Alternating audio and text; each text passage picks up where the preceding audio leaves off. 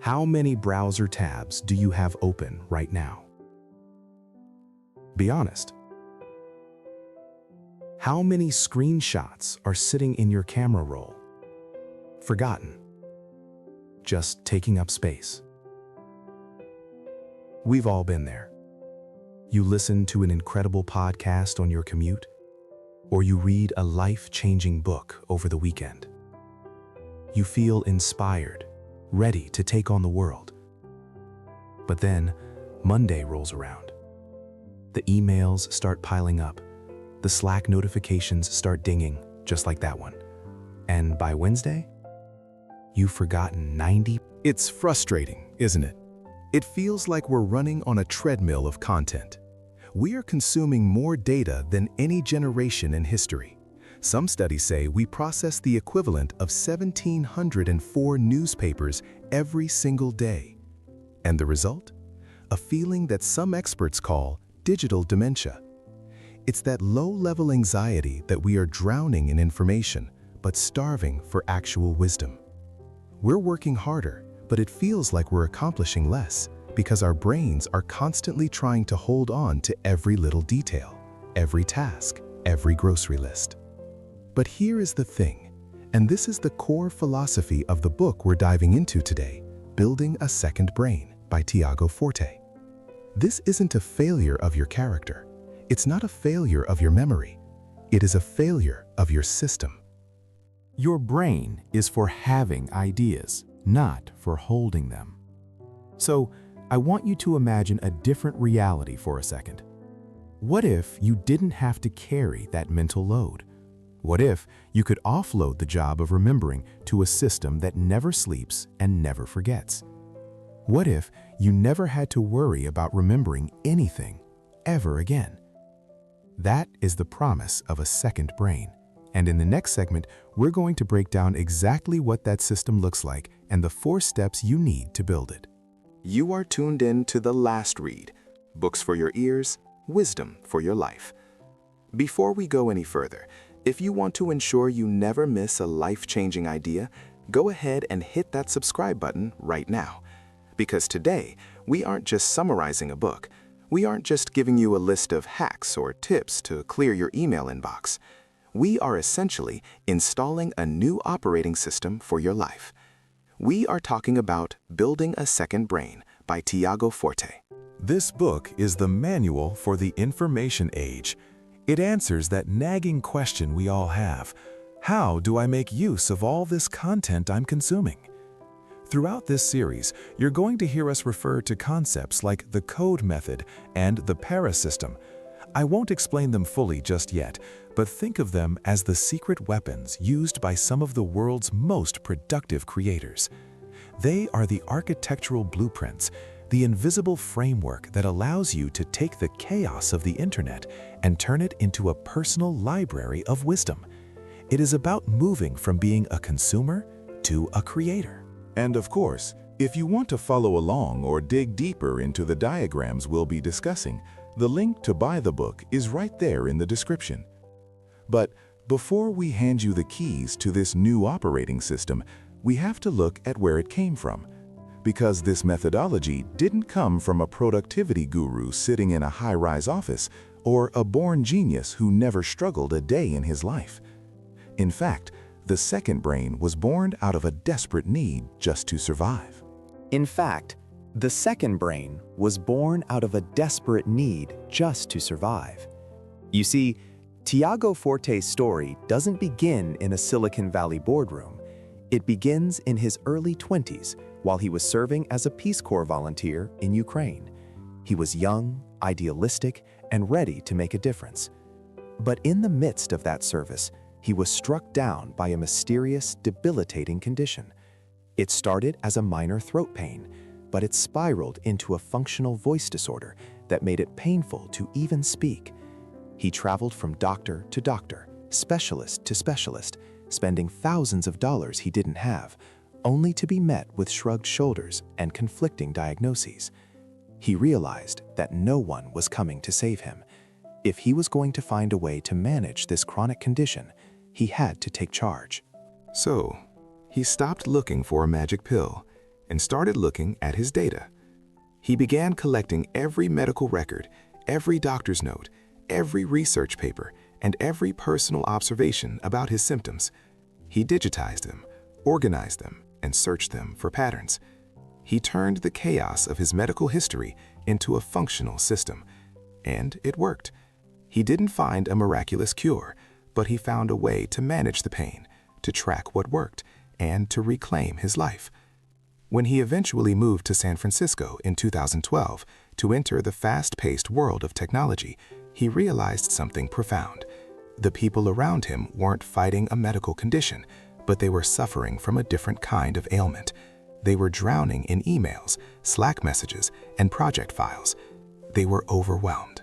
Tiago realized that the same survival mechanism he built for his health could be applied to his work. He wasn't just a productivity consultant, he became what he calls a digital curator. He taught that we don't need to be smarter, we just need to be better at saving the thinking we've already done. He showed us that technology shouldn't be a source of distraction, but a tool that supports our humanity, freeing us up to be creative rather than just reactive.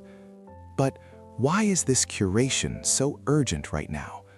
Why do we feel like we are constantly falling behind, no matter how fast we run? To understand that, we have to look at the sheer scale of the invisible force we are up against every single day. That invisible force is information overload. And I don't just mean having a full inbox. It's much more visceral than that. You've probably heard the analogy that trying to keep up with modern information is like trying to drink from a fire hose. It's violent, it's messy, and most of all, it's impossible to swallow it all. Think about what we deal with on a typical Tuesday. You wake up to a stack of emails, then it's Slack messages pinging you every few minutes, then you scroll through tweets, headlines, podcasts, maybe a few YouTube videos. Tiago points out a staggering statistic in the book to put this in perspective. According to one study, the average person now consumes about 34 gigabytes of data every single day. To visualize that, it's roughly the equivalent of reading 174 full newspapers every single day. Our ancestors didn't consume that much information in a lifetime, and yet we expect our biological brains to process it all by lunchtime. The consequence of this is something Tiago calls high consumption, low creation. We spend all our energy ingesting data, reading about work, listening to advice about work, organizing files for work, that we have no energy left to actually do the work. We feel incredibly busy, but when we look back at our week, we realize we weren't actually productive. We were just buffering. This is where Tiago introduces a fundamental shift in how we need to operate. He borrows a famous insight from productivity expert David Allen, which is the cornerstone of this entire methodology. Your mind is for having ideas, not holding them. This is the mental model you need to adopt. Stop treating your brain like a warehouse, a dark, dusty place where you store every fact, date, and detail, hoping you won't lose it. Your brain is terrible at being a warehouse. It's leaky, it's unreliable, and it gets full very quickly. Instead, you need to treat your brain like a factory. A factory is for production. It's for taking raw materials, ideas, facts, inspirations, and assembling them into something new. But a factory can't run if the floor is piled high with inventory that has nowhere to go. You need a place to ship that inventory out so the machines can keep running. That external place is your second brain. So, if we accept that we can't, and shouldn't, store everything in our heads, the immediate question becomes, what do we keep? If we are drinking from a fire hose, how do we decide which drops of water to save? The answer lies in the first step of Tiago's C.O.D.E framework, a counterintuitive approach that tells us to ignore almost everything so we can focus on the few things that truly matter. This brings us to the operational heart of the system, the C.O.D.E framework. C.O.D.E. Capture, organize, distill, and express. These 4 steps represent the natural life cycle of an idea, from its initial discovery to its final application. But right now, we need to zoom in on that very first step, capture. When people first decide to build a second brain, they often fall into a predictable trap. They become digital hoarders. They discover a tool like Evernote or Notion, and they try to swallow the internet whole. They bookmark every article that looks vaguely interesting, they save every email, they clip entirely too many web pages. But Tiago Forte warns us against this.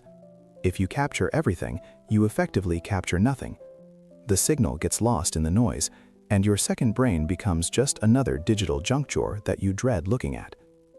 The solution is to change your mindset. You need to stop acting like a passive consumer and start acting like a curator. Think about a museum, like the Met in New York or the Smithsonian. These institutions have millions of artifacts in their basements, but they don't put every single pottery shard or arrowhead on display. They carefully select a tiny percentage of items to exhibit. They choose the pieces that tell a story, the ones that are significant, unique, and impactful. You must be the curator of your own life. So what is the filter? How do you decide what makes it into the exhibit? Tiago suggests we shouldn't use our intellect for this. We should use our intuition. We should only capture what resonates. This is a specific term in the book, resonance. It's not about an intellectual analysis of, will this be useful in 5 years? That bar is far too low. Almost anything could be useful. Instead, look for a physical reaction. Capture the quote that gave you literal goosebumps when you read it. Capture the voice note of that random thought you had in the shower that made you laugh, or the one that suddenly solved a problem at work. Capture the screenshot of the pasta recipe that you actually intend to cook this weekend, not the 10 others you think you should eat for your health. If it sparks curiosity, if it surprises you, or if it feels like a little jolt of energy, that is your signal. That is a gem worth keeping. But once you have begun collecting these gems, you immediately face a logistical problem. If you just throw all these resonant quotes and ideas into one big pile, you still have a mess. You need a way to store them so that they resurface exactly when you need them. Standard wisdom tells us to organize things by topic, like a library, but Tiago argues that is exactly the wrong approach for a personal knowledge base. To make our second brain truly functional, we need to organize for actionability. And that brings us to the O in our C.O.D.E. framework, organize. This is where the rubber meets the road, and honestly, where most of us crash the car. We have been taught since grade school to organize by subject, broad categories like history, science, or math. It makes sense for a library, because in a library, you don't know who is walking in the door or what they will need. So, books are static, sitting on shelves, waiting to be found based on their topic. But Tiago Forte argues that your second brain shouldn't function like a public library. It should function like a chef's kitchen. Think about a professional kitchen for a moment. Things aren't organized by what they are. They are organized by where they are needed to prepare a meal. The salt isn't stored in the pantry with the flour just because they are both white powders. The salt is right next to the stove, because that is where the action happens. This philosophy, organizing for actionability, is the heart of the PARA method. PARA stands for projects, areas, resources, and archives. It is a universal system that encompasses everything digital in your life, from your Documents folder to your Notes app. Let's break it down, starting with P, projects. Projects are what you are working on right now. They have a specific goal and, crucially, a deadline. This is your front burner. Examples might be finalize the Q3 report or plan mom's 60th birthday. You know exactly when these are done, and once they are, you archive them. Next is A, areas. These are distinct from projects because they don't have a deadline. They are ongoing responsibilities, things you have to manage over time. You don't finish your health, you maintain it. So, health, finances, car maintenance, these are areas. They require a standard of performance that you have to keep up indefinitely. Then we have R, resources. This is where things get fun. Resources are topics or interests that you want to keep handy, but you don't necessarily have a project or a responsibility attached to them right now. This is your personal reference library.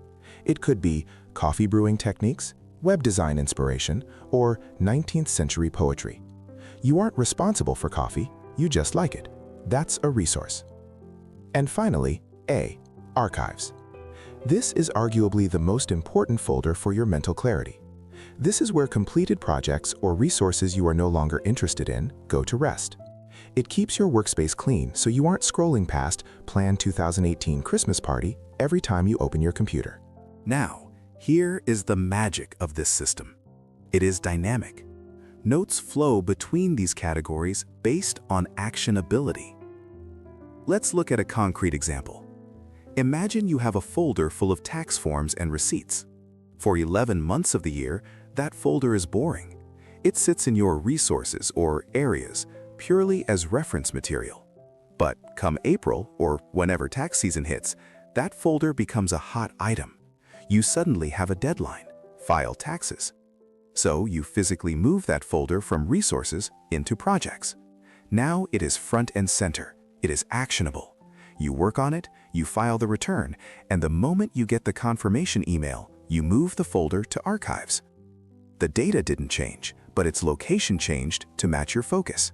It puts the things you need now right at your fingertips and hides everything else. This brings us to the D in C.O.D.E, Distill. This is where the magic really happens, where we turn raw information into actual knowledge. The core philosophy here is simple but profound. You are not taking notes for a teacher, or a boss, or an audience. You are taking notes for your future self. Think about it. Your future self is busy, they are tired, and most importantly, they are completely cold. They have zero context for why you saved that specific article on the history of blockchain 3 months ago. If they open a folder and see a 5,000-word wall of text, they are going to close it immediately. The friction is too high. So how do we fix this? Tiago Forte proposes a technique called progressive summarization. It sounds technical, but it is surprisingly intuitive. It's essentially a method of highlighting in layers. Imagine you find a great article. You save it. That is layer 1. Then you read it. As you read, you bold the sentences that really resonate with you. That is layer 2. Later, maybe when you stumble across that note again, you highlight only the best parts of the bolded text.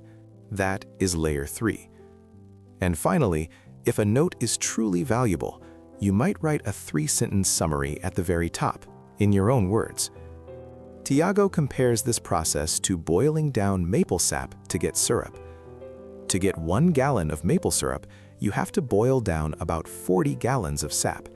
You have to let all the water evaporate, boil it down, and boil it down, until you are left with nothing but the concentrated essence, the sugar. That is exactly what you are doing with your notes. You are boiling away the fluff to find the sugar. Let's look at a concrete example. Say you save a long, dense article about the psychology of marketing. It is 20 pages long.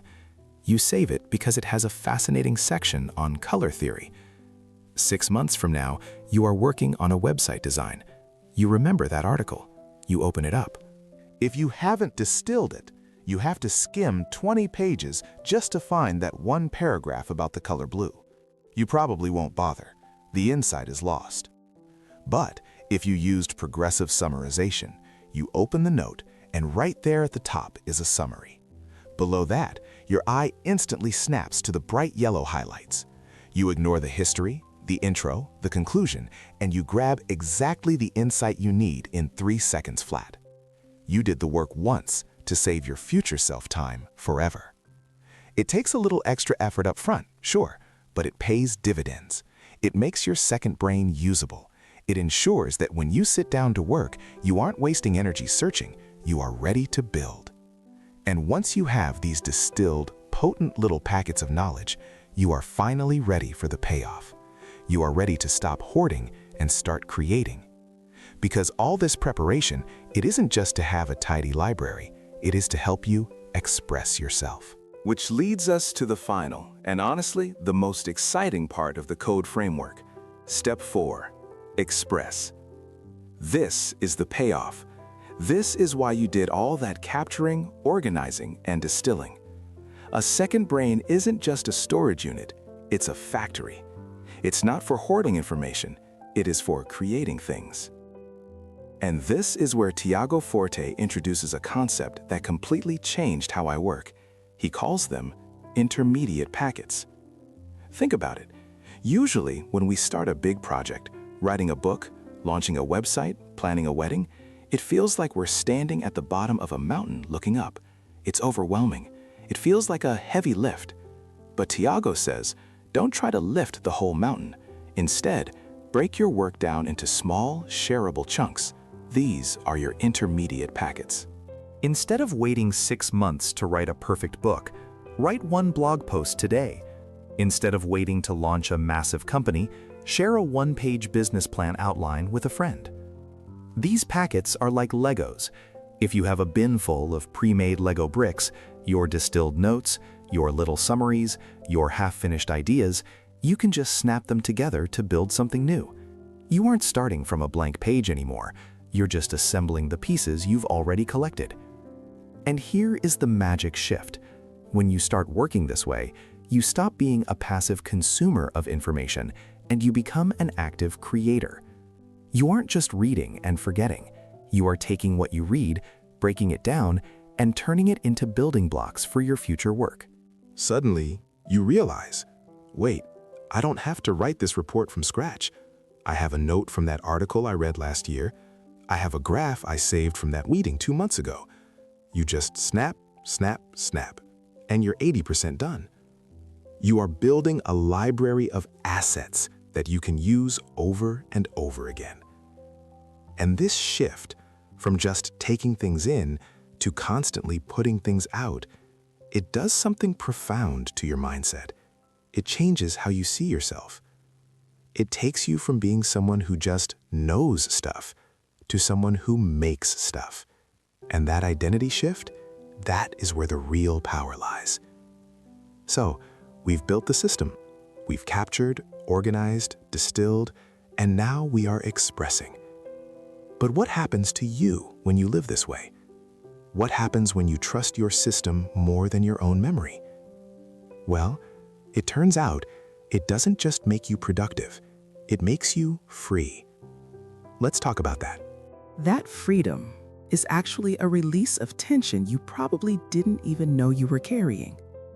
Think about how much mental energy you spend just trying to hold on to things. A grocery list, a brilliant idea for a meeting, a book recommendation. Your brain is constantly spinning, trying to keep these plates spinning so they don't crash. When you build a second brain, you stop spinning the plates. You set them down. And this leads to a massive shift in your identity. You stop feeling guilty. You know that sinking feeling when you forget a promise or lose a great idea? That guilt dissolves. You begin to trust your system more than your own neurons, and that is a very comfortable place to be. As David Allen, the Getting Things Done author and a huge influence on Tiago Forte, famously said, "Your mind is for having ideas, not holding them." When you truly internalize that, when you stop using your brain as a hard drive, you become significantly more creative. And it's not because you suddenly became a genius, it's because you are constantly connecting dots that used to be miles apart. You see, in your second brain, a note about gardening isn't just a note about gardening. It sits right next to your notes on business strategy. One day, you're looking through your digital garden. You see a tip about pruning dead leaves to encourage new growth. And because it's sitting right there next to your quarterly review notes, click. You suddenly realize that's exactly what you need to do with that stalled project at work. Cut the dead weight to let the new revenue stream grow. That is cross-pollination. That is creativity. It's just connecting two things that didn't belong together until you put them together. But the deepest benefit, it's the empty mind. It sounds counterintuitive. We want a full life, right? But you want an empty mind to experience it.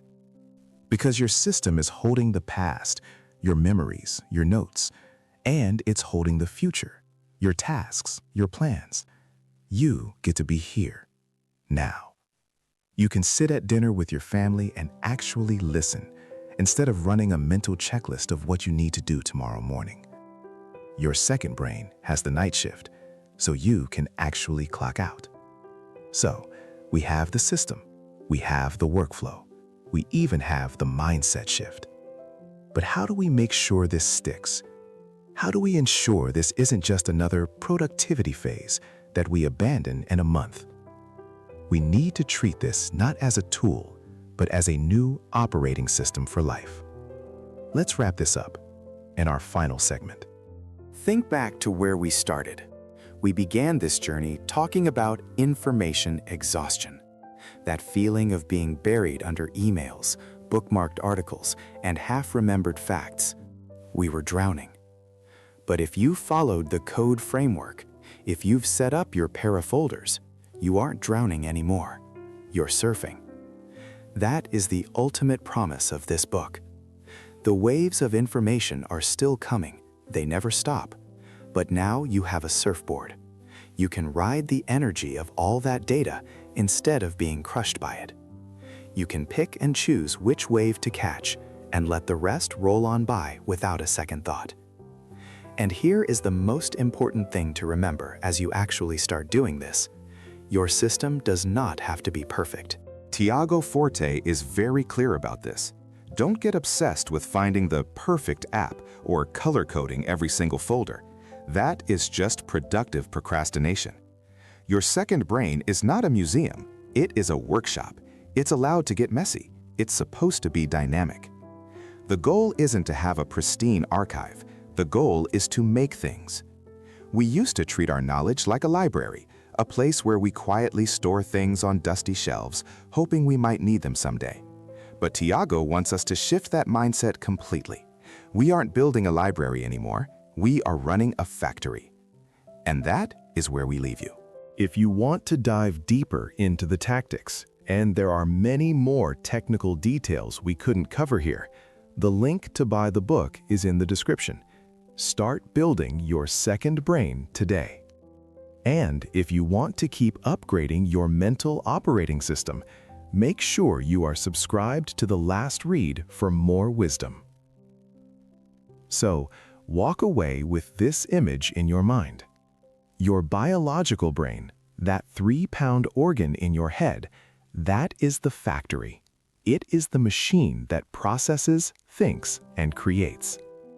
Your notes, your second brain, that is your supply chain. It delivers the raw materials you need exactly when you need them, so the machine never has to stop. Your brain is the factory. Your notes are the supply chain. Go build something. This has been The Last Read. Thank you for listening.